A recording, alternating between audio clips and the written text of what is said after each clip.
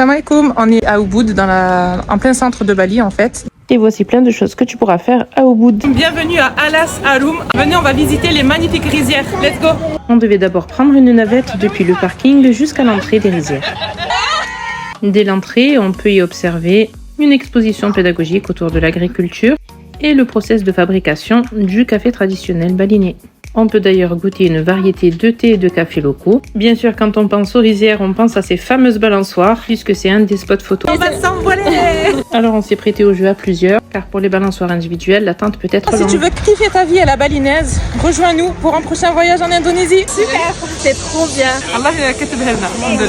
Un peu partout dans la rizière, il y a des spots photos sympas. Tu peux te promener jusqu'en bas, à travers la végétation tropicale.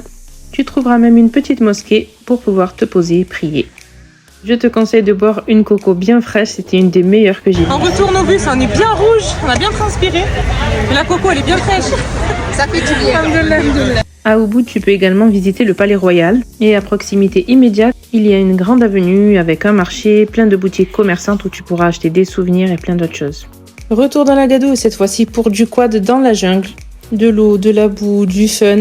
Si t'aimes l'aventure, ne rate pas ça. Tu peux également te rendre à la cascade de Tegenungan, une des plus belles de l'île de Bali. Pour celles et ceux qui n'ont pas le vertige et qui aiment les spots photos, vous pouvez traverser le pont de verre. Chaussons protecteurs obligatoires aux pieds pour un look plus que parfait.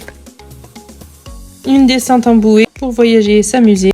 Et si t'aimes le contact de la faune, tu pourras aller caresser les éléphants, mais surtout n'oublie pas, pour leur bien-être, pas de promenade en éléphant. On espère te retrouver avec nous pour notre voyage halal en Indonésie.